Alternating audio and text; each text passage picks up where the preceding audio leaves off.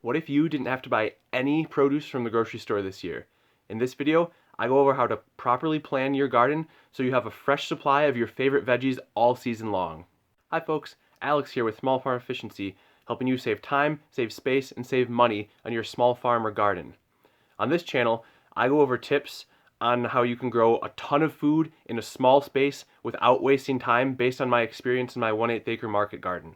Today, we're going to talk about planning a personal garden so you have a constant supply of all the vegetables you need for the entire growing season. First, I'm going to be going over a few key factors you have to think about when planning out your garden. Next, I'm going to go over a few different types of crops that you're going to be growing, whether you're going to be harvesting continuously from the same plant or whether you're going to need to be reseeding new plants throughout the season.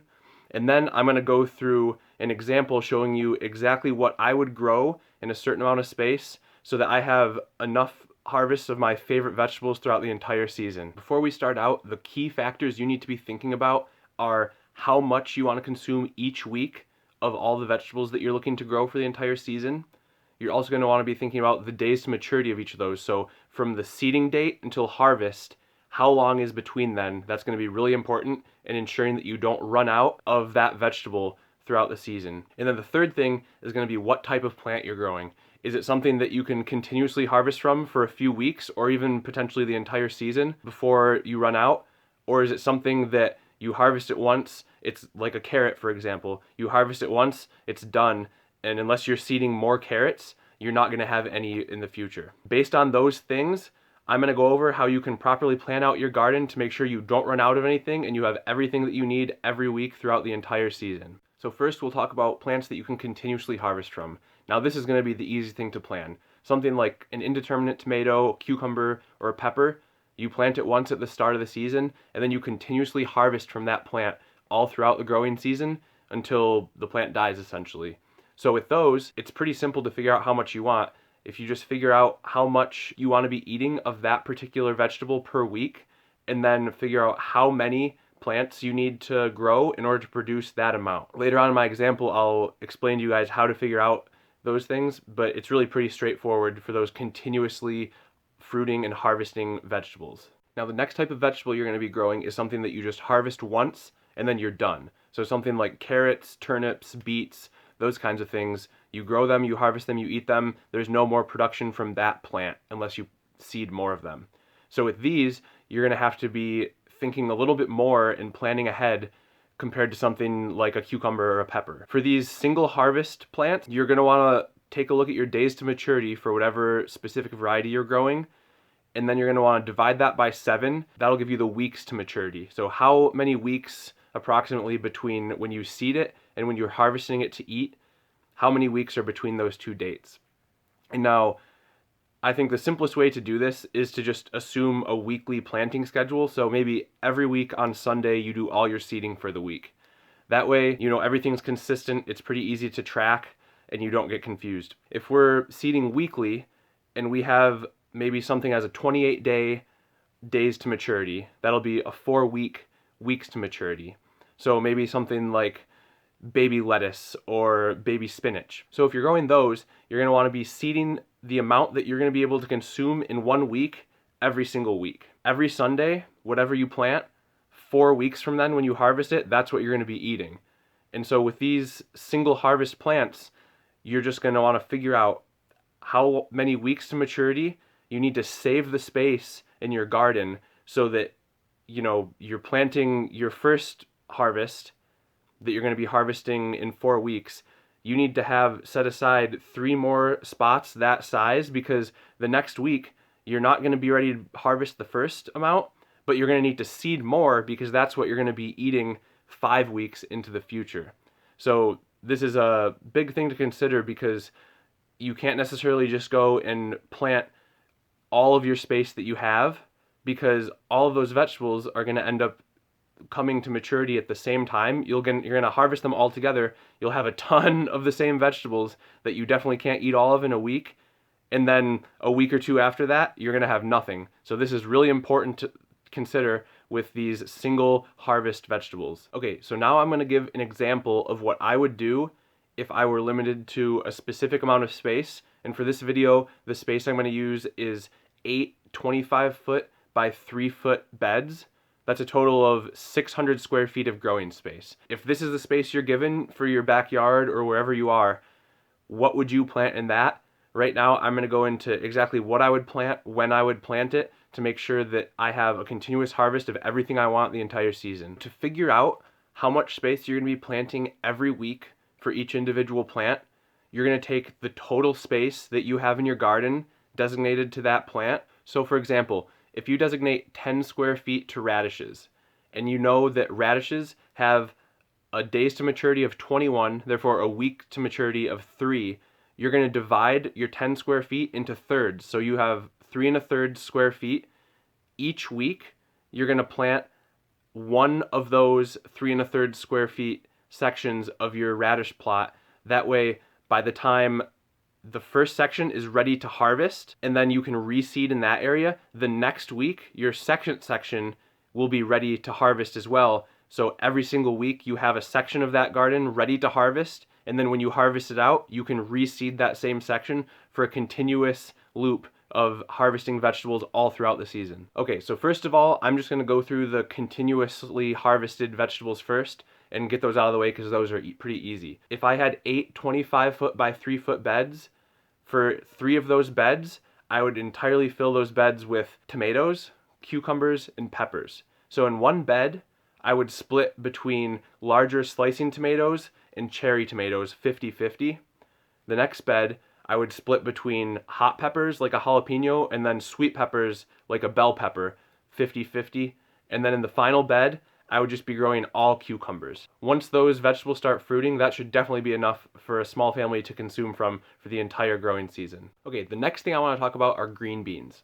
Now, green beans are interesting because they do have sort of a continuous harvest schedule where you're not just going to pick all of them at once then be done with them, but they're not quite the same as something like a indeterminate tomato or pepper, where if you try to harvest green beans throughout the entire season, their production is going to slow down and drop off, and you're going to get to a point where you're just not getting as many as you need. You're going to want to treat your green beans as if they're a single harvest and plant them in succession just to make sure you're always having enough green beans for what you and your family need. Green beans have a 50 days to maturity time from seeding until when you can first harvest them. So divide that by 7, that's going to give you about a 7-week to maturity window. So that means every week you're going to be planting a new set of green beans. So in my garden, I'm going to allocate a full bed, so 25 feet, a 25 foot bed by 3 feet, one full bed to green beans. Since I know they have a 7-week to maturity window, if I divide the 25 foot bed into sevenths,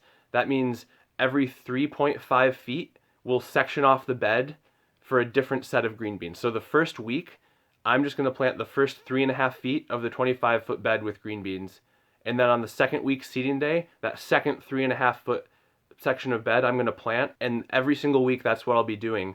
And then at the end of the first section, once those green beans stop producing as much, I can pull those out of the ground and reseed them that week. That way I'll have continuous harvest all throughout the season until it starts getting cold and they can't produce anymore. So the next thing I'm going to be planting is lettuce.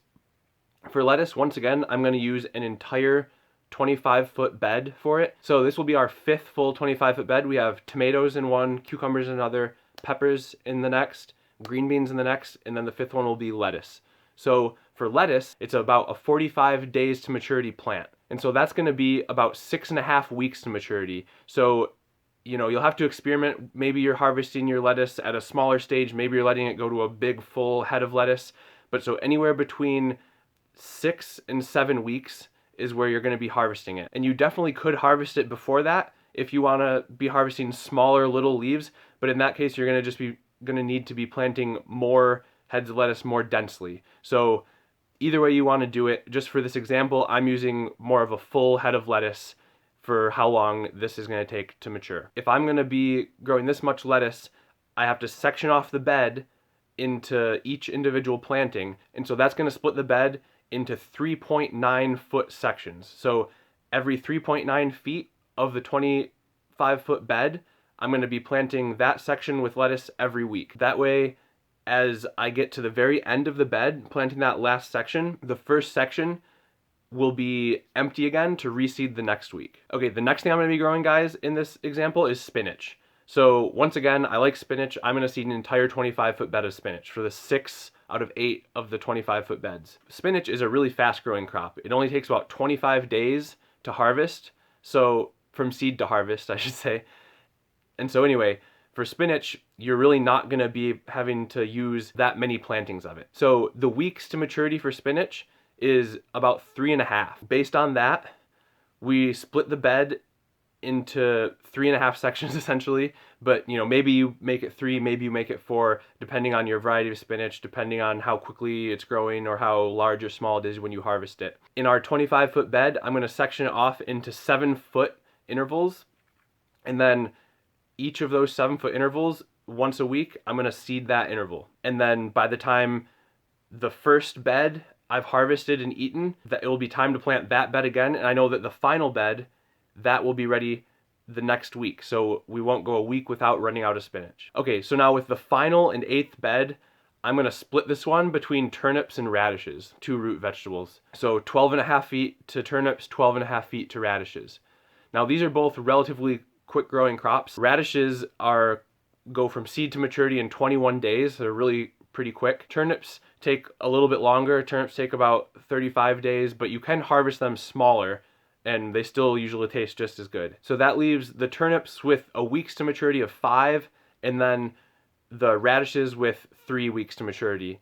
So we'll split the 25-foot bed in half, so we have 2 12.5-foot sections, and then one of those 12.5-foot sections we're going to split into fifths, and then the other will split into thirds, and then each of those 1/5 or 1/3 sections of the 25-foot beds we'll seed every single week with either turnips or radishes. So to break that down, in the 12.5-foot bed for the turnips, we're going to be seeding every 2.5 feet with turnips. And then for the radishes, that is a 12.5-foot bed sectioned into 3. That's going to be split into 4.2-foot intervals. So one thing I just want to mention is that this was just an example. And of course, depending on the seeds you're using, the varieties you're growing, what your weather is like, your temperature, there's so many variables that are going to go into this depending on your specific situation, that you're going to have to figure out what exactly you want to do in your situation to dial this in to make sure you have a continuous harvest of whatever you're looking for. Maybe oh, the variety of lettuce I'm growing takes a little longer. You're going to have to use these calculations that I've showed you to figure out how that's going to impact your beds. A few more important factors to consider are a few ways you can take this to the next level and get even more food out of your same amount of space. The first thing is seed starting indoors or in a greenhouse and then transplanting into the garden. Especially for those bigger vegetables, the tomatoes, cucumbers, and peppers, you're probably going to want to get a head start on the season and start those seeds early and then transplant them out into the garden. The next way you can take advantage of this is with some of those leafy green vegetables like the lettuce, the spinach. You probably don't want to be transplanting the root vegetables too much, so those can be kind of tricky, but it's definitely with lettuce and spinach, you can start those indoors when the space in your garden isn't necessarily ready yet. But then if you plant it and when that batch is going to be harvested, you can have some seeds already started that you transplant out. So you're not starting from day one seeding. You actually have, maybe a few weeks of growth already, so that those will be ready even quicker. But if you're going to do that, just make sure that you do it across the board, because if you start seeds indoors and transplant them one week, but then you seed them directly into the ground the week after that, you're going to mess up the way you set up your harvests, and you might not have a harvest ready every single week. You might have 2 harvests, one that was in the ground earlier and then one that got transplanted later. Those might actually get ready to harvest at the same time, so you don't want to mess that up. And then the final thing that I think you should definitely take advantage of is interplanting.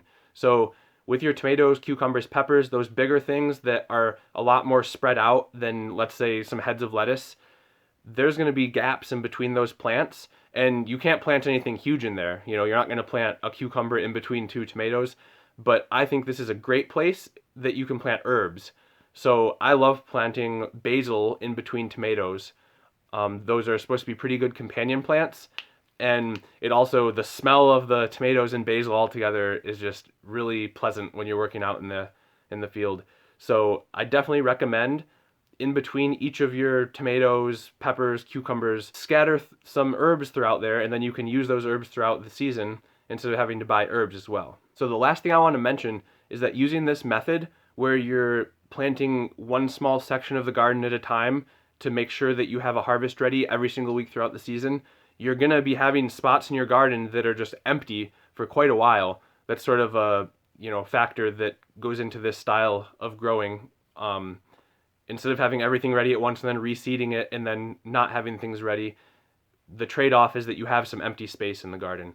So one thing you can think about with that is if you can find quick growing crops, or even harvest some crops early that normally would take a little bit longer, harvest them at a younger stage.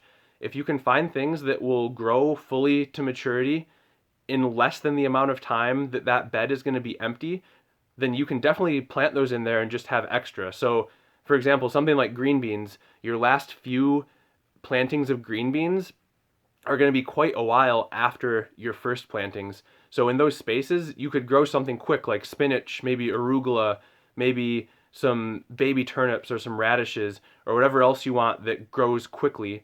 And then you're not wasting that space, and you could definitely optimize this and find great vegetables that have corresponding days to maturity that work really well. So you plant them in succession together and you're not wasting any space in the garden. So I hope this video gave you guys some good tips and good things to think about when you're starting your garden this year and getting ready to plant things outdoors. If you guys want any tips on how to start seeds faster and spend as little time as necessary in your plant nursery and having extra time to do any other tasks around your house, around your farm, around your garden, click this video right up here where I go over my best tips for starting seeds extremely quickly. I was able to get down a pretty long process into just a couple minutes, and if you guys click on this video, you'll see exactly what I'm talking about and how much time you could be saving in your plant nursery if you follow just these 5 tips that I have. Thanks so much for watching, folks. If you want to learn more tips to be efficient in your small-scale farm or garden and save time, space, and money, consider subscribing to my channel for more videos similar to this one.